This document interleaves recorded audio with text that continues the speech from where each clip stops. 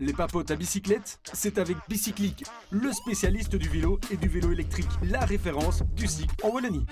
Le Tour de France 2024 est parti. Youhou.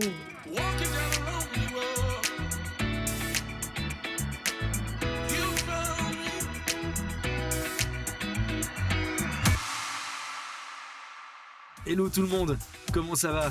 Toujours au boulot et en manque de divertissement? Ou alors en vacances mais pas vraiment d'idées pour occuper vos journées?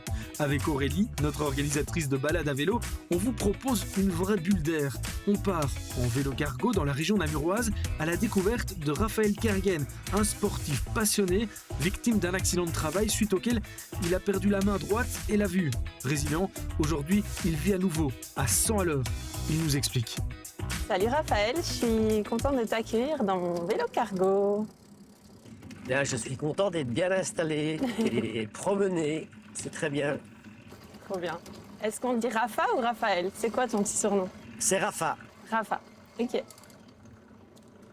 Et donc toi Rafa, à la base, tu viens de Liège.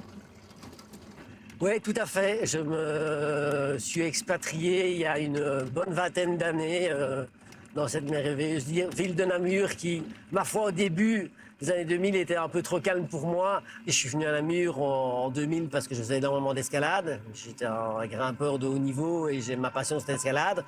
Donc je suis venu à Namur parce qu'on est proche de Marche-les-Dames, de Mosée, de Freyr, toutes les falaises du coin.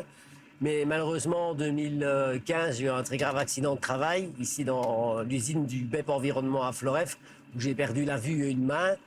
Et donc, même si j'avais orienté ma vie professionnelle dans l'escalade, j'ai dû changer de crèmerie, on va dire. Et donc, j'ai dû réorienter d'autres activités. Et donc là, maintenant, je suis passé sur le triathlon. Donc, je fais énormément de vélo, évidemment. Ce qui est très chouette, tout le long de la vallée de la Meuse, on a vraiment plein de dénivelés, on a vraiment des belles routes qui sont parfois de mauvaise qualité. Appel à Monsieur Prévost pour un peu peut-être faire un peu attention à l'état des routes. Voilà, ça serait pas mal. Mais sinon, voilà. Et pareil, à progresser aussi la natation en eau libre en Meuse. Ouais.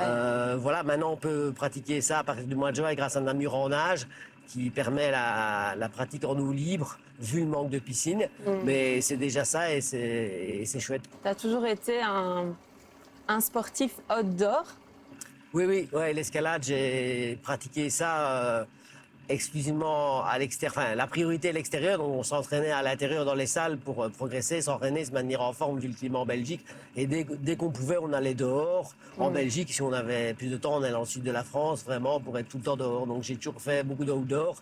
Avant l'accident, je faisais aussi du trail, que j'ai recommencé après l'accident. Ça a été ma première idée. Mais malheureusement, j'ai dû constater qu'après 30-40 km de trail, les articulations avec le handicap souffraient trop. Parce que je devais beaucoup trop compenser physiquement, quoi. Alors que je suis passé au triathlon. Et du coup, pour le triathlon, vous êtes à deux? Comment vous faites? Du coup, en triathlon, voilà, c'est un binôme. C'est ça qui était chouette. C'est une aventure humaine à chaque fois avec les différents guides, soit dans les entraînements. J'ai beaucoup de pilotes pour les différents entraînements, les différentes disciplines. Ouais. J'ai des pilotes, plusieurs pilotes à l'année. Je fais plusieurs courses par an, donc j'ai chaque fois des pilotes différents. Et donc, du coup, ça, c'est très chouette. Et donc, on fonctionne, c'est assez simple, hein. En natation, le guide a une corde, on est relié par une corde, il nage devant, je suis derrière en me fiant à la ficelle pour me donner la direction. Ouais. En vélo, j'ai un tandem, je roule uniquement en tandem vu que je suis non-voyant vraiment totalement. Donc voilà, j'ai plusieurs tandems. Et en course à pied, on court l'un à côté de l'autre, lié avec une petite ficelle. Trop bien. Et c'est facile de trouver ces guides? Non, c'est pas toujours facile. Les réseaux sociaux m'ont beaucoup aidé souvent. Parce que voilà, il faut que les gens aient la possibilité, le temps à consacrer, l'envie. Voilà, et ton niveau aussi, parce que voilà, et ça c'est c'est pas du cyclotourisme que tu fais. Et voilà, c'est un peu le dernier point, c'est que les gens, voilà, pour des grosses courses, parce que au début j'ai commencé les petits triathlons, les petites distances.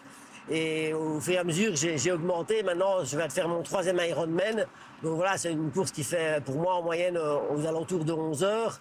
Wow. Et donc, du coup, voilà, il faut trouver des pilotes qui aient ce niveau-là et même plus parce que le pilote a la responsabilité du guidage.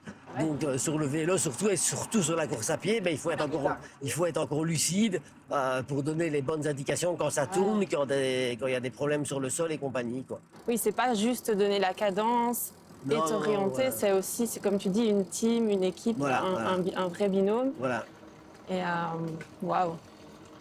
Et du coup, quand ce handicap, quand cet accident est survenu, ça a changé ta vie du tout au tout. Moi, je trouve que tu as une force incroyable de l'extérieur, les contacts qu'on a eus ensemble, tu as une volonté, tu es hyper déterminée. En tout cas, c'est ce que moi je ressens pour les quelques échanges qu'on a eus. Oui, Comment tu pourrais dire, qu'est-ce que ça a changé vraiment dans ta vie en bien et peut-être en moins Mais bien? j'ai toujours été quelqu'un de très combatif dans la vie, dans l'escalade, dans le sport, dans les projets professionnels. Voilà, j'ai quand même monté une petite entreprise là que j'ai continué à gérer dans le handicap. Mais voilà, j'ai toujours eu ce côté très combatif dans la vie. Et c'est sûr que du jour au lendemain, en perdant la vue et la main, ben voilà, c'est très compliqué. Il faut des sacrées ressources pour se relever. Mais il faut aussi des défis, des projets, des amis autour. Et tout n'est toujours pas bien agencé. Au début, les gens ne savent pas très bien comment vous aider. Ils ont peur parfois de vous pousser trop et tout ça. Et voilà, j'ai eu une période difficile juste après l'accident, en fait, qui coïncide avec le fait où j'avais pas vraiment de but dans la vie, j'avais pas vraiment d'objectif, je me sentais un peu nul par rapport à mon projet professionnel de la salle d'escalade. Ouais. Donc c'était plus adapté à mon handicap du tout. Le sport, j'avais pas encore repris, donc je savais pas quoi faire. Et c'est vraiment une fois que j'ai retrouvé un intérêt dans le professionnel où je suis passé au-dessus, je me dis ben, je peux continuer à gérer la salle d'escalade, voilà, c'est pas un problème, alors je le fais. Et une discipline sportive où je me remets des objectifs, des projets, ben, ça m'a remis dans un rythme, un réseau social et compagnie. Donc du coup, j'ai retrouvé une vie, entre guillemets, pour moi normale, où moi j'ai toujours l'impression de vivre normalement, de pas forcément voir le handicap. J'agis, je ne pense pas au handicap, j'agis normalement, voilà, comme une personne normale avec les limites que j'ai des gens qui m'aident. Et je m'organise comme ça, c'est tout, quoi. Mais je trouve que le message que tu viens de nous partager ici, finalement, peut parler à plein de gens, même des personnes qui n'ont pas eu d'accident et qui n'ont pas de handicap. Trouver un peu un sens à nos journées, être bien entouré. Pour connaître la suite de l'histoire de Raphaël, rendez-vous dès la semaine prochaine. Mais d'ici là, bel été à tous.